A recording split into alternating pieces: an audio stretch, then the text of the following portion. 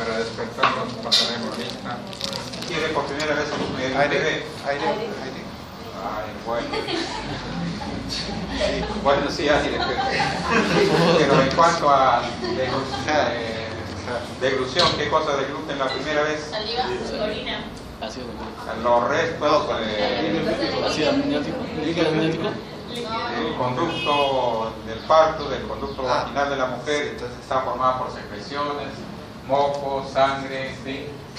Entonces esa es la primera ingesta, entonces adquiere justo al momento del parto, con la primera ingesta. Y si quiere, pues residuos de líquido amniótico, secreciones vaginales, también contenido intestinal de la mamá, toda la zona que está, todas las sustancias que están a nivel del canal del parto. A la cuarta semana ya es con el adulto, ya la flora se estableció definitivamente y tenemos ya como del adulto. Es igual en toda parte del mundo, lo que cambia es el serotipo. Coli en todas partes existe, lo que cambia es el tipo de coli. Vean ustedes qué microbios. ¿Recuerdan ustedes hablando de los microbios? Hay microbios anaeróbicos y aeróbicos. ¿Qué son los anaeróbicos? Que no pueden vivir en un ambiente con oxígeno. Anaeróbicos, los aeróbicos necesitan oxígeno. Los microaerófilos necesitan poca cantidad de oxígeno. Entonces, cuando el bebé nace, hay cierta cantidad mínima de oxígeno en el tubo digestivo. Entonces, los primeros microbios que colonizan el tubo digestivo son los microaerófilos, que consumen el poco oxígeno que hay y dejan el ambiente adecuado para los anaerobios, anaerobios, los anaerobios. Vean las primeras, acá está el tiempo, en horas, en días. Cuando nace dijimos que estaba séptico el tubo digestivo, luego las primeras bacterias que se localizan son los enterobacterias y streptococos. Luego el ambiente, luego vienen los estafilococos, luego vienen ya los clostridios. Los clostridios son anaeróbicos. Entonces estos microaerófilos prepararon el ambiente para los anaeróbicos. Luego vienen los lactobacilos, y ya los lactobacilos vienen con la ingestión de leche. Las bifidobacterias también. En general al bebé se le acostumbra a tenerlo unas 12 horas sin ingestión de leche para que bote el agua que ha tomado el bebé al momento de nacer. La evolución de la flora varía con la edad del individuo. Al nacimiento, 5 días después de nacer, a lactancia vuelvo a indicar que es el momento en que empieza a alimentarse por fuera de la leche, el niño, adulto y en la vejez. El coli, por ejemplo, en las primeras etapas aumenta, luego se mantiene más o menos bajo, luego en la senectud empieza a aumentar nuevamente. Como veremos después, las bacterias benéficas, por decir así, son los bifidobacterias y los lactobacilos. Los lactobacilos tienden a aumentar con la edad, los bifidobacterias no. Las bacterias, dijimos que por una parte las fibras controlaban la proliferación de las células stem cell, también la presencia de flora también influye en la proliferación de las células stem cell. Y estas bacterias, los lactobacillus, enterobacterias, ejercerían cierto control, control sobre las células que están proliferando y mantenerse dentro de límites normales. Su carencia predispone a la presencia de aumento de la incidencia de cáncer. Y el cáncer colónico tiende a aumentar con los años y justamente sería por la disminución de las bifidobacterias. Doctor, ¿y el Clostridium perfringens por qué está aumentado en el nacimiento y en la vejez? El por qué no te podría decir, porque son aeróbios, son los anaerobios básicamente. Puede ser porque son oportunistas, por decir. Puede ser porque justamente toda esta flora, cada uno pelea por el nicho, por los sustratos, y justamente la disminución de la bifidobacteria prepararía el ambiente adecuado para, es una buena deducción, ¿no? O sea, cuando disminuyen estas buenas bacterias que mantienen jaque. En realidad una de las funciones de estas buenas bacterias son ocupar el espacio comerse los alimentos y no dejarle a los malos. Entonces, cuando ellos disminuyen, los malos pues proliferan, ¿no? Sí, puede hacer eso. Y eso vamos a verlo en los antibióticos. Antibióticos de amplio espectro disminuyen la flora, matan la flora. Entonces, los microbios que no son susceptibles a ese antibiótico van a proliferar. Y por eso producen diarreas. Uno da un antibiótico a un paciente, al día siguiente dice: doctor, me hizo bien a mis bronquios, a la infección, pero le produce diarrea porque está proliferando las bacterias, ha alterado su flora intestinal. Entonces hay que dar un medicamento para restablecer la flora. ¿Qué creen que es eso? Justamente son lactobacilos y bifidobacterias, son preparados bacterianos. Esos restablecedores de la flora son flora benéficos. Bueno, entonces la disminución de estas bifidobacterias sería uno de los causantes de la alteración inmunológica, la alteración defensiva normal del colon del planeta Ceneta. Hay más de 400 especies de bacterias, algunas son buenas y algunas no tan buenas. Todas combaten por tener espacio dentro del tracto intestinal para poder multiplicarse. Producen una amplia variedad de reacciones enzimáticas, un impacto directo en el metabolismo y de vuelta. Inmunológico y tóxico según el tipo de bacteria, ¿no? Esto es importante, unos lo detienen, otros nos producen alteración. En la boca predominan los streptococos, estafilococcus, clostridium y lactobacilos. Los clostridium son anaeróbicos. ¿Cómo creen que vive en la boca si la boca está en contacto con el aire? ¿Quedan microambientes? ¿Perdón? Sí, que en especial en las placas gingivales se crean microambientes anaeróbicos. Allí viven los clostridium. En el colon básicamente predominan las enterobacterias. Los coli, Klebsiella, Proteus, Pseudomonas, que son enterobacterias, y los bacteroides clostridium. Los bacteroides clostridium son anaeróbicos. Los mismos gérmenes en el colon y en el intestino delgado. Los gram negativos enterobacterias que identifican al colon. Lo característico del colon es la presencia de las enterobacterias. Los anaerobios son más abundantes en el colon que los gram negativos. Número a número hay más anaerobios que enterobacterias. Pero lo que caracterizan con la flora colónica es la presencia de enterobacterias.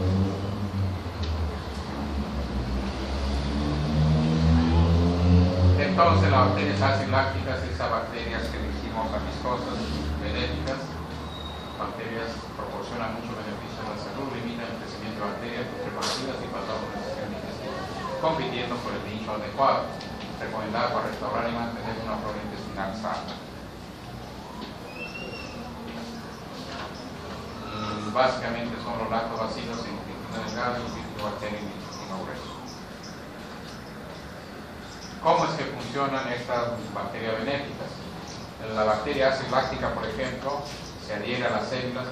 Las bacterias, igual que los virus, no entran a la célula por cualquier sitio, sino por receptores especiales, por moléculas especiales. Justamente esos receptores son ocupados por estas bacterias acilácticas. Adhiere a las células intestinales, la protege contra la bacteria patógena. Actúa como un escudo y oculta los sitios receptores de patógenos enterotoxigénicos. Entonces, ocupan los receptores y ya las bacterias patógenas no pueden ingresar a la célula. Bacterias acilácticas actúan como un escudo y oculta los sitios receptores de bacterias patógenas. Básicamente, entonces, ¿cómo es que nos protegen? Ocupando los receptores de las bacterias patógenas. Equilibrio debe haber un equilibrio en la flora intestinal. El desequilibrio produce diarrea, una vez estreñimiento irritable por afecciones muy fastidiosas.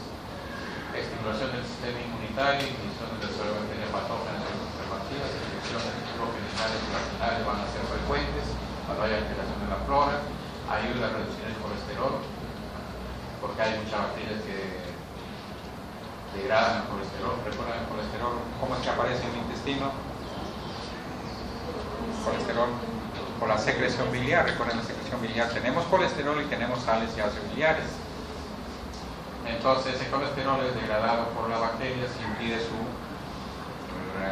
reabsorción. Recuerden que el colesterol tiene un ciclo entero hepático también, igual que las sales biliares. Ayuda a reducir intolerancia a la lactosa.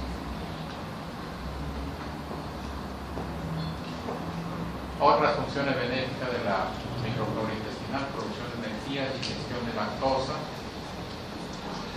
producción de ácido graso de cadena corta, modulación del crecimiento celular y diferenciación. Estas células existentes, vuelvo a decir, de alguna manera son modulados, son controlados por la flora benéfica.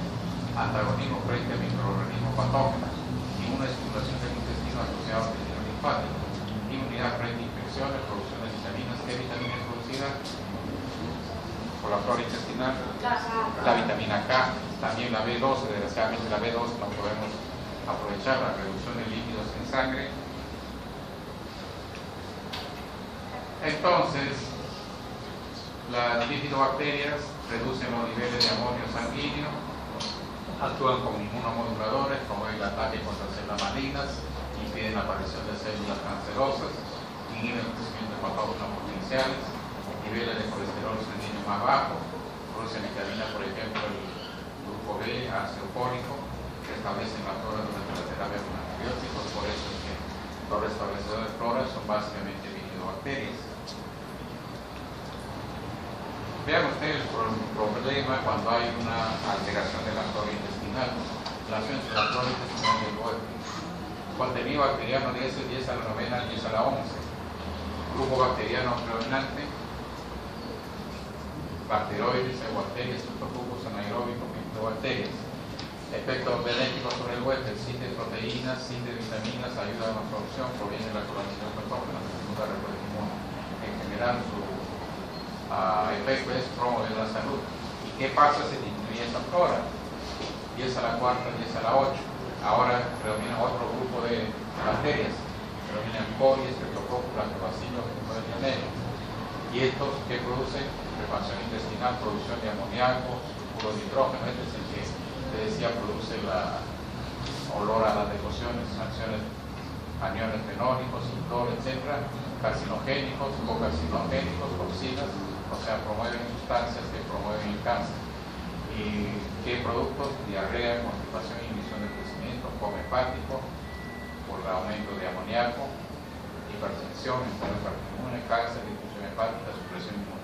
¿Y qué pasa si disminuye más? 10 a la cuarta.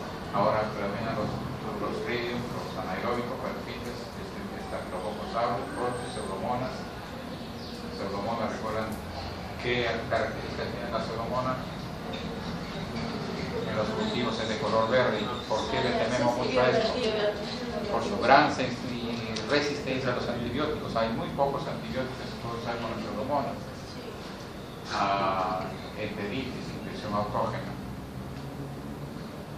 Entonces, los efectos benéficos pues, de la flora son inhibición de patógenos, estimulación del sistema inmune, síntesis de vitaminas, ayuda en la digestión, producción de energía metabólica para los eritrocitos o enterocitos, metabolismo de drogas, perjudiciales, constipación, diarrea, infecciones, cáncer, flatulencia.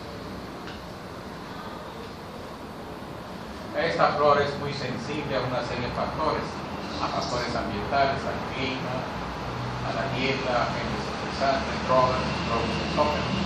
Todos estos factores pueden alterar la flora intestinal, y la flora intestinal a su vez puede provocar infecciones autógenas intestinales, alterar la respuesta inmune, producción de cáncer, el envejecimiento, efectos sobre medicamentos, la nutrición infantil, en fin. Hay en juego pues, una relación muy estrecha entre los factores ambientales y el flora intestinal. Nosotros no le hacemos caso, pero son muy sensibles a una gran cantidad de factores. Correlación entre ingestión de grasa y mortalidad por cáncer de mama en varios países. Acá la cantidad de grasa ingerida, acá la frecuencia. Cuanto mayor la grasa ingerida, mayor la frecuencia. Japón, Tailandia tienen poca cantidad de grasa, tienen poca incidencia. En cambio, Inglaterra, Canadá, donde hay gran consumo de grasa y una gran incidencia de cáncer. Lo mismo con cáncer colónico. Acá es al revés, acá la incidencia, acá el consumo de grasa. Igual hay una relación, poco consumo, poca incidencia, gran consumo, gran incidencia. Efecto de la dieta a base de fibra, ya hablamos, repasemos, reduce el tiempo de tránsito a través del intestino, incrementa el volumen fecal 3 a 5 veces. ¿Por qué? Porque estimula el movimiento peristáltico. previene la producción de colesterol y disminuye las sustancias potencialmente dañinas. Favorece que producen la bacteria benéfica, se enbalance la flora intestinal y sostiene la producción de sustancias carcinógenas. En el estreñimiento promueve mayor proliferación de bacterias. Interacciones bacterianas, transferencia, factores de resistencia cruzada, resistencia a antibiótico, puede ser transmitida de una cepa a otra cepa. Equilibrio poblacional, consumo de oxígeno por aerobio, permite el crecimiento de anaerobio. Modifican el pH, asociado a presencia de cáncer, menor asociado a cáncer de colon, microsaminas de estómago, ausencia de fibras ciclopentano de la regla, asociado a cáncer de colon. Tengo que la dieta es muy importante. En el intestino delgado predominan las enterobacterias, en el colon predominan los anaerobios. Actividades metabólicas de la flora. Desconjugación de sales biliares de bilirrubina. Recuerdan que las sales biliares en el intestino, ¿cómo llegan? Conjugados. En el intestino es desconjugado para poder ser reabsorbido, porque si no fuera por la flora bacteriana, las sales biliares no podrían ser reabsorbidos, porque son secretados, conjugados con ácido glucólico, la taurocolina, ¿recuerdan? Y es higrosoluble. Los higrosolubles no pueden ser reabsorbidos, deben ser desconjugados por la flora para poder ser reabsorbidos. Producción de vitamina K. La vitamina K en realidad que utilizamos diariamente proviene de la flora intestinal. Nosotros no necesitamos un suplemento de vitamina K. Urea, pasa, amoníaco. La lactosa en ácido láctico aumenta la osmolaridad y la acidez de las heces y eso produce diarrea osmótica. Triptófanos en derivado de licores produce gases, digiere parcialmente la celulosa y otras fibras. Factores que modifican la flora, la acidez. Lógicamente la acidez promueve el crecimiento de bacterias resistentes al ácido y suprime las que no. El peristaltismo, cuanto más rápido el peristaltismo movimiento hay menos proliferación de la flora. La dieta, proteínas, básicamente promueve los anaerobios, carbohidratos, los fermentativos, o sea, los enterobacterias, las sales biliares igualmente, los antibióticos, lógicamente alteran la flora. Entonces, el tubo digestivo es una puerta de entrada por una gran cantidad de microbios. Entonces, es lógico que se hayan desarrollado mecanismos para preservarnos de las infecciones. Y es una gran superficie a defender. Son casi 400 metros cuadrados de superficie total que hay que defender. Entonces, se han desarrollado mecanismos inmunitarios y mecanismos de defensa. El tubo digestivo es un medio de contacto entre el medio interno y el externo. Es una barrera física a través de la mucosa. Y de inmunidad, compromiso y reacción antigua. ¿Recuerdan ustedes que cuánta clase de inmunidad hay? Básicamente dos. Inmunidad adquirida, la inmunidad natural y la inmunidad adquirida. La inmunidad natural son los mecanismos que traemos desde el nacimiento, como que, por ejemplo, barreras físicas. Barreras físicas. Hablando del tubo digestivo, ¿cuál será esa? El epitelio intestinal. El epitelio intestinal que forma una barrera que impide que entre los microbios. Además, a ese epitelio se le añade la capa de moco, las secreciones ácidas en el estómago por el ácido clorhídrico. ¿Qué más? Una barrera física. Después tenemos células. ¿Qué células? Macrófagos, las células de Panet que hablamos, que son mecanismos de defensa innato, son inespecíficos. Las inmunidad adquirida. ¿De qué hablamos cuando hablamos de inmunidad adquirida? Básicamente de anticuerpos, inmunoglobulinas. ¿Qué inmunoglobulinas encontramos en el tubo digestivo y en las secreciones? ¿Cuál? Inmunoglobulina A, que es un mecanismo de defensa de todas las mucosas y todas las secreciones. Y cuando hablamos de inmunidad adquirida, básicamente nos estamos refiriendo a los linfocitos. ¿Cuántas clases de linfocitos recuerdan tenemos? Linfocitos T y linfocitos B. Linfocitos T, hay unos linfocitos T de memoria, linfocitos T citotóxicos.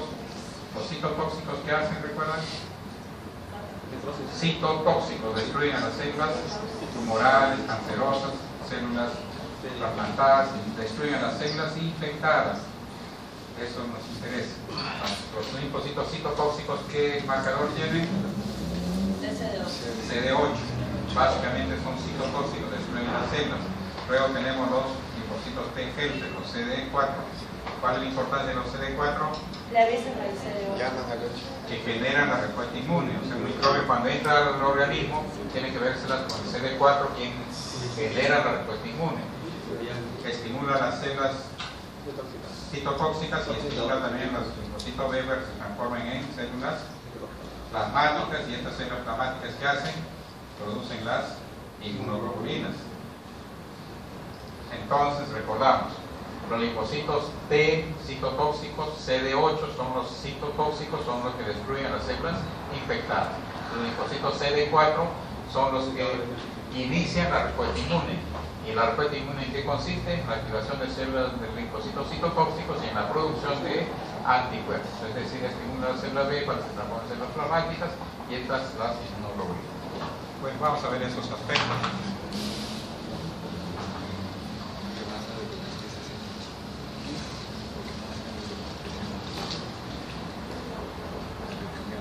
Entonces la mucosa por sí es una barrera protectora, una barrera física. Defensa inmune contra algunos microorganismos. Capacitación para la defensa, está hablando de la respuesta adquirida. Inmunidad inespecífica, o sea, la innata. ¿Esto va contra un microbio en particular? No, es inespecífico, va contra cualquier microbio. ¿Se adquiere por el contacto con el microorganismo? No, esto ya lo tenemos antes del contacto. La mucosa es una barrera físico-química, evita la lesión y penetración de antígenos, de gran importancia pero no es suficiente. Inmunidad inespecífica, si hemos hablado de acidez gástrica que mata gran cantidad de microbios, excepto pocos, como que ¿qué microbio resiste la acidez gástrica? El Helicobacter pylori, sales biliares, que matan también una gran cantidad de microbios, el peristaltismo, que impide la proliferación exagerada de microbios, el moco, una barrera física también que impide que los microbios se peguen al epitelio. Lisocimas que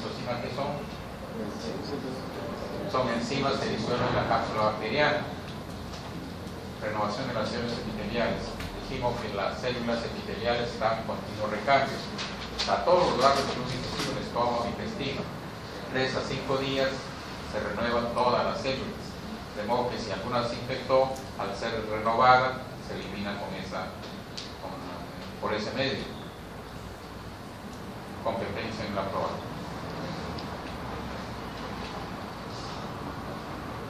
Entonces vamos a hablar del tejido linfoide asociado al intestino. Entonces, lógicamente hay una maquinaria inmunológica que protege a las mucosas. Habrá una maquinaria inmunológica que proteja al tubo digestivo, al aparato respiratorio, al aparato urinario. Vamos a ver en particular al intestino, que es el galo.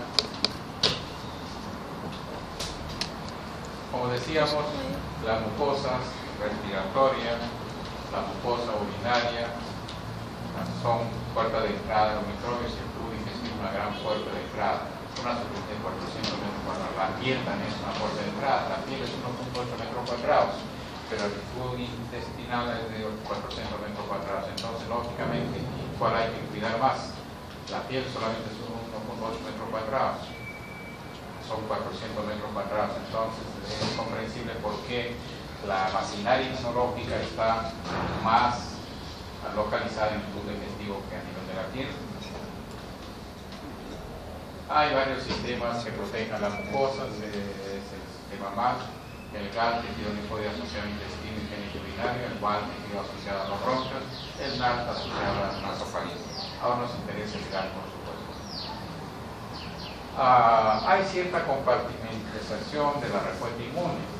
Hay microbios que ingresan por la piel, por la linfa, en los ganglios linfáticos, antígenos de tejidos no mucosos, ganglios y el sistema linfático sistémico corresponde.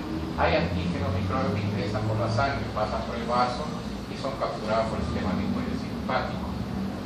Antígenos que entran por los epitelios mucosos, tejido linfoide asociado a mucosas. O sea, hay un compartimento especial que maneja a estos microbios que ingresan por la mucosa. No podemos hablar de 3 compartimientos: los ganglios, el vaso, el tejido linfoide asociado a la mucosa. El tracto gastrointestinal como órgano inmune. El tracto gastrointestinal concentra el 80% de las células inmunocompetentes, o sea, del total de linfocitos, de células y linfocitos que tenemos, el 80% está en la mucosa intestinal, y como decíamos, es una gran superficie a defender, por eso es que tenemos acá concentrada una gran cantidad de células inmunes. Hay dos tipos de linfocitos en la mucosa digestiva: un tejido linfoide asociado a la mucosa, que es el linfoide asociado al intestino. Este tejido asociado al intestino está bajo dos formas organizadas, formando los microlinfoides difusos, linfocitos intraepiteliales y algún linfocito en la lámina propia. O sea, estos se van a agrupar en formación de linfoides o microlinfoides, o simplemente están dispersos en el epitelio y otros en la submucosa. Entonces, tejido linfoide organizado, tejido linfoide disperso. Estos polícrolinfoides son como ganglios linfáticos con toda una maquinaria linfocítica, y están difusos, linfocitos intraepiteliales y acúmulo de linfocitos en la lámina propia que no forman polícrolinfoideos.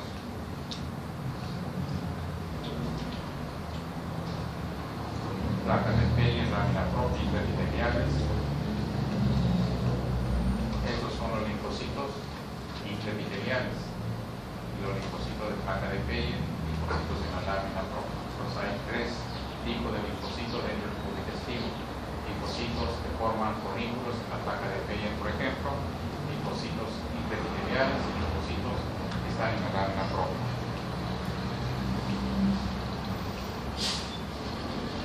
Otro problema importante en el tubo digestivo es que los alimentos, hay alimentos que son proteínas.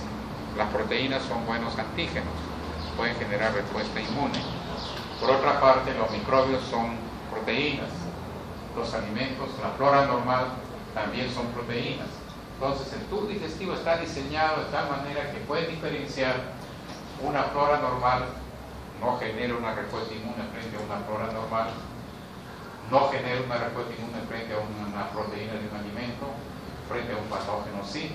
Imagínense la estructura de este sistema, que es capaz de diferenciar estos tipos de proteínas. Los 3 son los tipos de proteínas. Flora normal es tolerada, los alimentos no generan una respuesta, se llama tolerancia. En cambio, los microbios generan una respuesta protectora. Estos son los linfocitos intraepiteliales. Entonces no hay respuesta frente a los alimentos y la flora normal. Cuando hay respuesta normal a estos factores, se crean enfermedades especiales como enfermedad celíaca y enfermedad policancerosa, que son muy fastidiosas de tratar. Entonces, el epitelio presenta un receptor particular de linfocitos T y linfocitos T intraepiteliales. Se dice que por cada 10 células epiteliales hay un linfocito intraepitelial. En su mayoría son linfocitos T CD8. O sea, ¿de qué tipo? Ya hacen estos linfocitos intraepiteliales. Son citotóxicos. Entonces, cualquier microbio que entra son capturados, son destruidos por estas células intraepiteliales. Incluyen una subpoblación de linfocitos T con receptor T gamma delta. Hasta ahora hemos hablado de los receptores linfocitos T con alfa, receptores alfa beta. Estos T gamma delta son receptores de poca especificidad, o sea, responden a una gran cantidad de antígenos. Las alfa beta son muy específicos.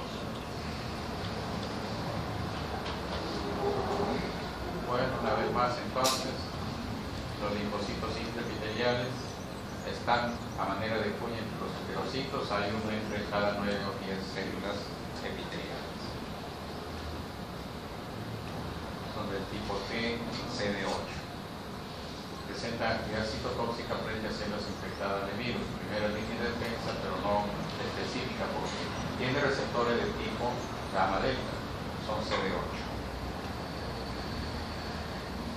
Por otra parte, algunas bacterias inducen la expresión de moléculas de estrés que activan los linfocitos T gamma delta. Los linfocitos T alfa beta son muy específicos y reconocen al MHC de tipo 1. En cambio, las delta gamma, gamma delta, perdón, no son tan exigentes de las moléculas MHC1. Entonces, estos linfocitos T de este receptor son capaces de reconocer estas moléculas de estrés. O sea, tenemos un microbio que se introdujo. Este microbio infecta estas células epiteliales. Estas células epiteliales, digamos, dan el aviso de que están siendo invadidos. Esas son estas moléculas MICA-MICB, que son moléculas de estrés. Estas moléculas de estrés activan a los linfocitos T. Los linfocitos T generan sustancias tóxicas para destruir a la célula y junto con la célula destruir al microbio. Entonces producen la apoptosis de la célula integral. ¿Entendió eso? Entonces estas células infectadas generan esta molécula de estrés que son reconocidas por linfocitos T intraepiteliales. Estos linfocitos T generan sustancias citotóxicas para destruir a estas células y se produce la apoptosis, destruyen las células junto con el microbio. Entonces decíamos que hay una reacción muy especial a los alimentos, son tolerados, no hay inflamación. En cambio, cuando hay un patógeno, sí hay una respuesta inflamatoria.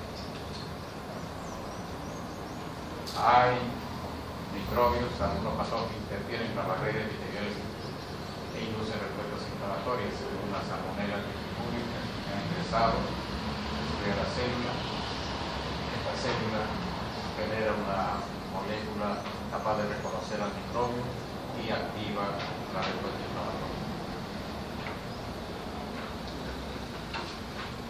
Hay microbios que se meten, después hablaremos de las células M. Las células M son células especiales para detectar la presencia de antígenos, de microbios. Entonces genera una respuesta inmune. Pero hay microbios que se meten a través de esa célula y van infectando ya sea por la zona basal o de lado a lado a las células epiteliales.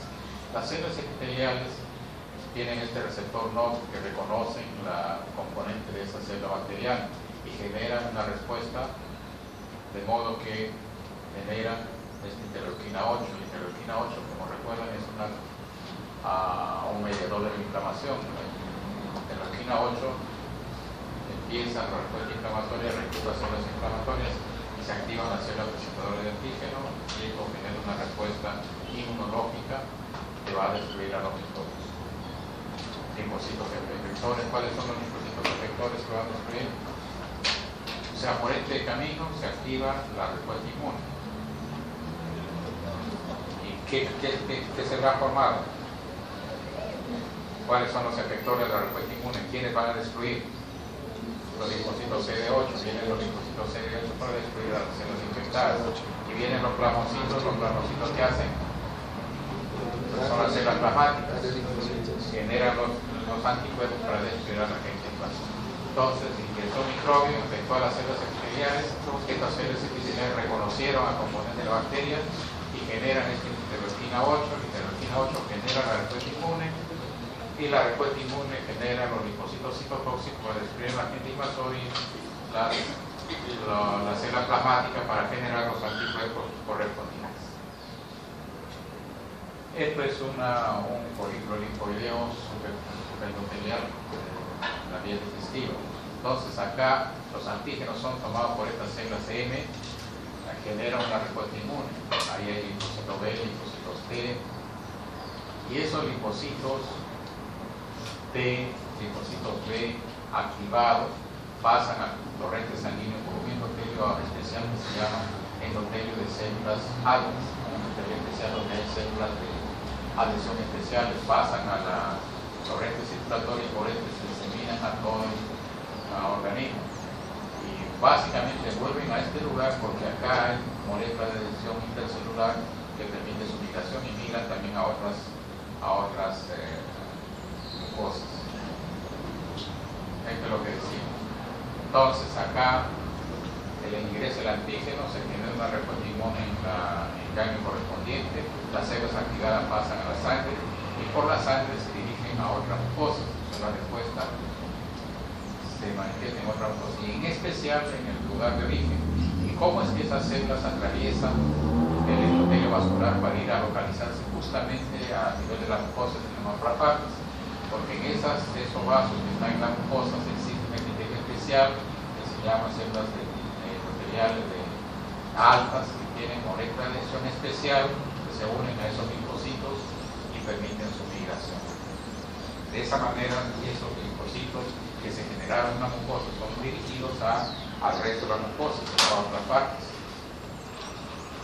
En la lámina propia existen linfocitos dispersos, existen macrófagos también, procesan y presentan antígenos, recuerdan esta función de los monocitos macrófagos, producen interleuquinas, fagocitan bacterias, también existen mastocitos, se desgranula por estímulos inmunológicos, genera una respuesta inmunitaria, los eosinófilos, los Francia. Linfocitos de la lámina propia son CD4 y CD8. CD4 ¿qué son? Son los facilitadores inductores gastroinmunes. CD8 son los citotóxicos. O sea, acá en la lámina propia se va a generar de gastroinmunes, células plasmáticas y linfocitos 70-80%. 60-80 productor de inmunoglobulina A, 20% de inmunoglobulina M y 2 de inmunoglobulina E. O sea, la mayor parte de la inmunoglobulina procede de inmunoglobulina A. Linfocitos T y B, 80% producen inmunoglobulina A. Los T se intercambian con los intraepiteliales de la lámina propia. Los intraepiteliales también se intercambian con los de la placa de Peyer, producen las células plasmáticas. En el SIDA hay una marcada disminución de los linfocitos T, básicamente de linfocitos T de qué tipo, recuerda? Los CD4 por eso que se paraliza la respuesta inmune. Las inmunoglobulinas, acá está la luz,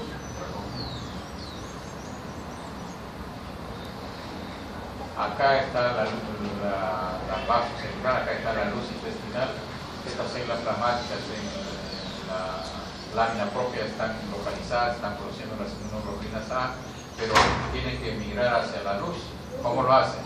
Esa inmunoglobulina A se une a un receptor que se encuentra en el enterocito.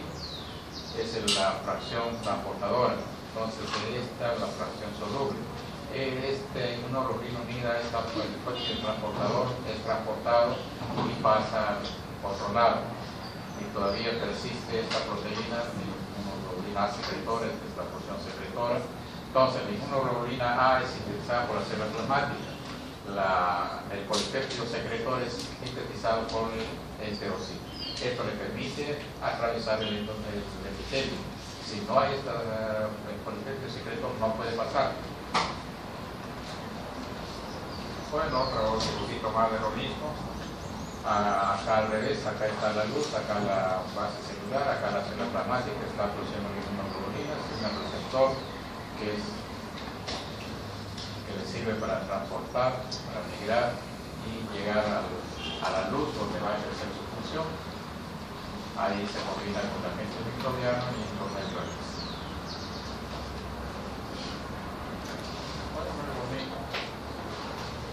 La inmunoglobulina A es un dímero formado por dos cadenas polipeptídicas, cada uno formado por dos cadenas pesadas, dos cadenas ligeras, y dos de esas unidades se unen y forman una inmunoglobulina A. Ya hemos comentado al revés. Placas de Peyer, fundamentalmente en el himno. Las placas de Peyer ya son agrupaciones linfóideas organizadas, es como un ganglio linfático. En la parte central, las células B derivan de célula plasmática productora de inmunoglobulina A, y en la periferia T, igual que un ganglio linfático. Órganos sensitivos, que es un órgano que va a realizar la respuesta inmune. Bueno, por si no captaste todavía, una vez más, en el centro están los linfocitos T, en la periferia los linfocitos T, estamos hablando de la placa de Peyer. Acá en el intestino, bueno, otra vez las placas de Peyer y las vellosidades intestinales. Entonces, la cripta, realmente revisamos la cripta, las células intestinales, Esto es la zona inductora en donde se va a generar la respuesta inmune, las células M que capturan al antígeno, lo pasan a linfocitos T, estos linfocitos T activan toda la cadena, luego pasan las células activadas a los ganglios mesentéricos, de allí a la sangre, y por la sangre vuelven otra vez a lugar los enfermos activados, desde la fase, la porción efectora, la porción receptora, la porción efectora, en donde vienen los linfocitos T, citotóxicos, los linfocitos B, que producen las inmunoglobulinas. Estas son esas células M especiales, captan los antígenos, el que es especializado asociado a la placa de Peyer, y acá en la placa de Peyer está toda la maquinaria inmunológica que va a generar la respuesta a las células, a los antígenos captados por las células M. El epitelio altamente modificado, estas células M tienen unas características especiales, no hay microvellosidades, no su función es absortiva, hay abundantes células M, no hay células productoras de moco, no hay producción activa ni digestiva. Su función es, vuelvo a decir, captar los antígenos. Las zonas inductoras, nuevamente mencionamos antes, las zonas efectoras, las inductoras donde se capta el antígeno, se procesa el antígeno, se genera la respuesta inmune, se envía por la sangre vuelve a la zona efectora, en donde se generan los inmunoglobulinas A, las linfocitos T, linfocitos T, linfocitos se identifican macrófagos, células plasmáticas. Placa de Peyer entrena hacia los ganglios linfáticos mesentéricos asociados a rétinas epiteliales altas, participan en los linfocitos B.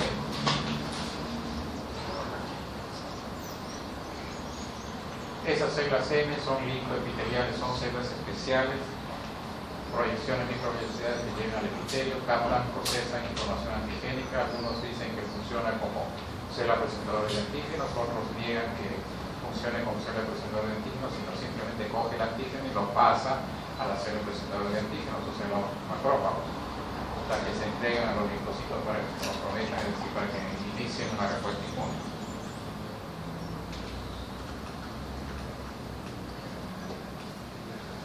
Esto es interesante lo que les decía, la respuesta ocurre en una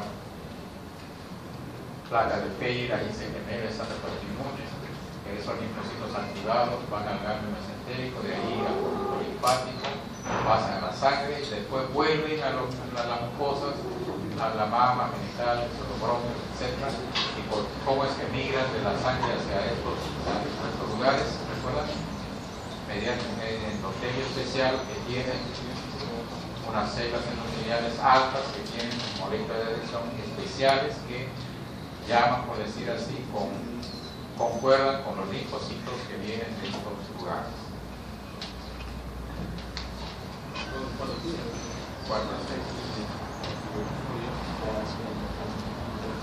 La inmunoglobulina A son la primera línea de defensa en la luz intestinal. Recuerden, una vez formados se dirigen a la luz intestinal, neutralizan los virus, lisis de bacterias, bloqueador de antígenos, de alergenos, se combina con antígenos de la dieta muchas veces. A veces produce el organismo antígenos contra las proteínas alimenticias. Acá para recordarles la estructura de la inmunoglobulina A, se encuentra en altas concentraciones